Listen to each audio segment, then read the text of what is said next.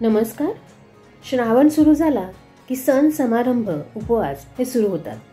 श्रावणात सत्यनारायणची पूजा ही बऱ्याच घरी केली जाते.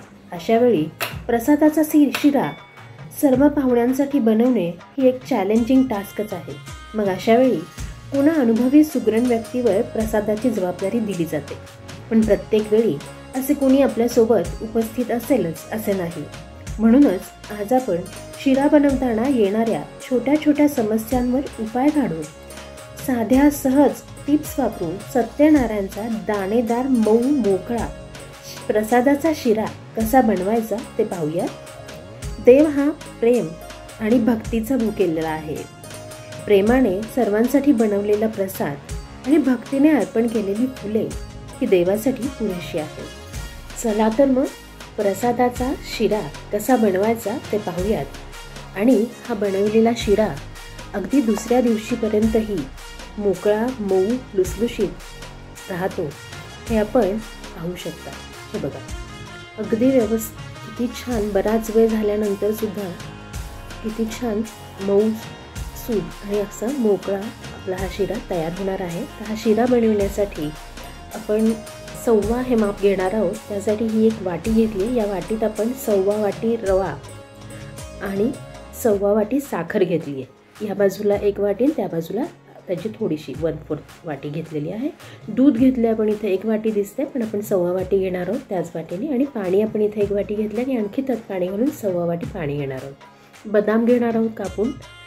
काजू हवे असतील तर तेही घेऊ शकता. इथे आपण बेदाणे घेतलेले आहेत आणि वेलची पावडर. आणि इथे आपण एक केळं वापरणार आहोत. हे वेलची केळं घेतलं आहे मी, इथे 1 केळं वापरणार आहे. हे थोडंसं पिकलेलं केळं आहे. तर आजची ही रेसिपी आवडल्यास आपल्या चॅनलला नक्की सबस्क्राईब करा, म्हणजे रेसिपीचे नवीन येणाऱ्या व्हिडिओचे नोटिफिकेशन सगळ्यात आधी आपल्याला मिळेल. तर एका भांड्यामध्ये मी आधी हे 1.25 कप नाही तर इथे मी 1.5 कप दूध घेते आहे, कारण की मी जो रवा वापरला शिरा करण्यासाठी हा थोडासा जाडसर आहे. आणि 1.5 कप पाणी वापरते. रवा जर आपला बारीक असेल तर इथे आपण 1.25 कप दूध आणि 1.25 कप पाणी वापरा. परंतु माझा रवा जाड आहे, मी घेतलेला रवा जो आहे तो, म्हणून मी इथे दोन्हीही 1.5 वाटी असं वापरलेलं आहे.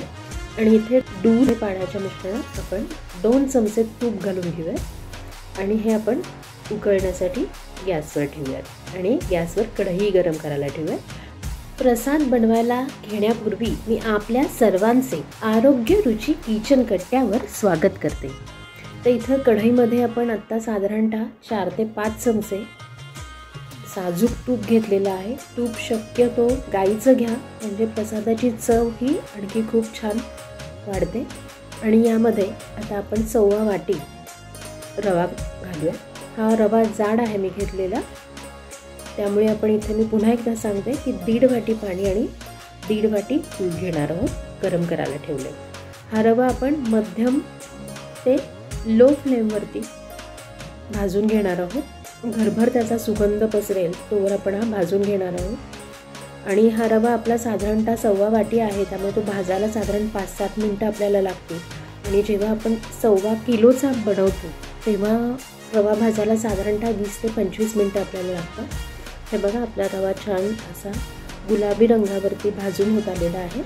आणि आता या रव्याला गुलाबी रंग आल्यानंतर केळीचे मी असे गोलाकार काप करून घेतले आणि ते रव्यामध्ये परतून घेऊयात. रवा आणि तुपामध्ये परतून घेऊयात, म्हणजे केळ्यांचा थोडासा कच्चटपणा निघून जाईल आणि तुपात परतल्यामुळे खमंग असा चवही केळ्यांना येईल.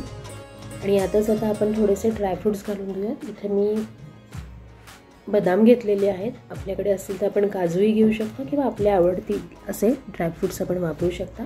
तेही आपण इथे तुपात रव्यामध्ये मिक्स करून छानसे खमंग असे भाजून घेऊयात. 1-2 मिनटं छान परतून घेऊयात, म्हणजे केळ्यांचाही कच्चेपणा निघून जाईल. ही केळं आपली खूप पिकलेलीही नाही आहेत आणि खूप कच्चीही नाही आहेत, मध्यम पिकलेली आहेत. थोडंसं पिकलेलं असेल केळं तरीही चालतं. आणि यामध्ये मी बेदाणे घालून घेतले आणि आपण पुन्हा लागेल तसं थोडं थोडं तूप घालत जाणार आहोत. आत्ता मी पुन्हा 2 चमचे तूप घालून घेतलं आहे आणि व्यवस्थित हे आत्ता मी मंद आचेवर करते, सगळं परतून घेते. आपण पाहू शकता केळांचेही व्यवस्थित त्यामध्ये मिक्स झालेले आहेत. आणि आपले बेदाणे छान फुलून आलेले आहेत आणि बदामसुद्धा आपले छान असे परतले गेलेत. आणि उलातनं असं मी थोडासा रवा जो लागला आहे तो काढून टाकते म्हणजे व्यवस्थित होईल शिजन. यात आता आपण ते गरम दूध आणि पाण्याचं मिश्रण होतं हे थोडंसं घालून घेतलं आहे. लागेल तसं हळूहळू आपण घालणार आहे. एकदमच सगळं मिश्रण आपण रव्यामध्ये नाही घालून घ्यायचं. हे बघा अजून त्यात गरज आहे आणि आता मी हे उरलेलं मिश्रण घालून घेते. हा रवा जाड होता म्हणून 1.5 वाटी आपल्याला दूध आणि पाणी लागलेलं आहे. हेच जर आपण बारीक रवा वापरला तर आपल्याला ते 1.25 वाटी हे मेजरमेंट योग्य आहे. इथे मी पुन्हा तूप घालून घेतलं आहे. बरेचदा काय होतं की आपण इतर वेळी जेव्हा शिरा बनवतो प्रसादाला आपण अगदी व्यवस्थित मोकळ्या हाताने सडळ हाताने तूप वापरतो. आणि आजची रेसिपी आवडल्यास लाईक करा, सबस्क्राईब करा आणि शेअर करा. हे बघा आपण पाहू शकता हे मिश्रण घालून आपण एक वाफ काढली आहे. त्यामुळे आपला जो रवा आहे तो छान शिजला गेला आहे आणि असा मोकळा झाला आहे. पण आपण त्यात तूप घातल्यामुळे तो असा मोकळा फडफडीत नाही झालेला आहे. त्यामुळे दुधाच्या आणि पाण्याच्या मिश्रणात आपण तूप घातलेलं आहे. हे बघा पुन्हा एक वाफ काढली आणि त्यात चिमूटभर मीठ घातलं आणि हे पुन्हा आपण व्यवस्थित मिक्स करूया. ह्या रव्यामधलं जे पाणी आहे, पाणी आणि दूध यांचं मॉइश्चर आहे ते पूर्णतः कमी करून घ्यायचं आणि नंतरच आपल्याला त्यात साखर घालायची. आता यात मी थोडंसं पुन्हा तूप घालून घेतलं 2 चमचे आणि आपण नंतर आत्ता यात साखर घालणार आहोत. आधी जर आपण त्यात साखर घातली तर बरेचदा आपला शिरा चिकट होण्याची शक्यता असते. म्हणून आपला रवा असा व्यवस्थित शिजल्यानंतर फुलल्यानंतर आणि त्याच्यात पाण्याचा अंश कमी झाल्यानंतर आपण साखर घालूया. 1.25 वाटी मी साखर आता इथे घालून घेतलेली आहे. उरलेली 1.25 वाटी साखर घातलेली आहे आणि व्यवस्थित मिक्स करते. साखर घातल्यावरती आपण पाहू शकता आपल्या शिऱ्याचा रंग असा खूप छान आलेला आहे. बदामी रंगावरती आपला हा शिरा छान परतल्या गेलेला आहे. पुन्हा ह्याच्यावरती मी तूप घालते. इतर वेळी आपण खूप तूप वापरत नाही पण प्रसादाच्या शिऱ्यामध्ये आपण सगळं 1.25 घेतो. इथे पुन्हा झाकण ठेवून एक पण वाफ काढून घेऊया. आपण पाहू शकता आपला शिरा हा बघा छान तयार झालेला आहे. आपल्याला इथे आत्ता थोडासा यामध्ये पाण्याचा अंश वाटेल परंतु इथे मी वेलचीची पावडर घालून घेते आणि गॅस बंद करून टाकणार आहे आणि झाकण ठेवून देणार आहे. कारण की कढई आपली गरम आहे. त्याच्या गरमीमध्ये आपला शिरा व्यवस्थित आणखी शिजणार आहे आणि पाण्याचा त्यातला अंश कमी होणार आहे. बघा किती छान मऊ लुसलुशीत आपला हा शिरा तयार झाला आहे. ह्याच्यावरती आता बघा आपण पाहू शकता किती छान रंगही आला आहे त्याला आणि किती छान मऊ लुसलुशीत आपला हा शिरा तयार आहे. गरमागरम प्रसादाचा शिरा हा तयार आहे. यावरती आता आपण तुळशीची पानं घालून घेऊयात. हे बघा आपण पाहू शकता खूप सुंदर रंग आलेला आहे. एकदम मऊसूद असा छान आपला हा शिरा तयार झालेला आहे आणि अगदी हा दुसऱ्या दिवसापर्यंत असाच राहतो. वाटीमध्ये आपण तो घेऊयात. आपला प्रसादाची मोद पाडायची आहे त्यासाठी मी वाटीत काढून घेतलं आणि हा शिरा आपण पाहू शकता आता हळूहळू मोकळा व्हायला लागलेला आहे आणि असं मोकळा झाला तरी मऊ दिसतो. हे बघा मी एकदा झाकण ठेवून दिलं होतं आणि 1-2 तासानंतरचं हे आहे. त्यानंतर आपला शिरा दाखवते मी तुम्हाला.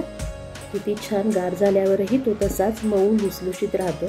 अगदी दुसऱ्या दिवसापर्यंत असा राहतो. तर असा हा प्रसादाचा सत्यनारायणाच्या प्रसादाचा शिरा आपला तयार आहे.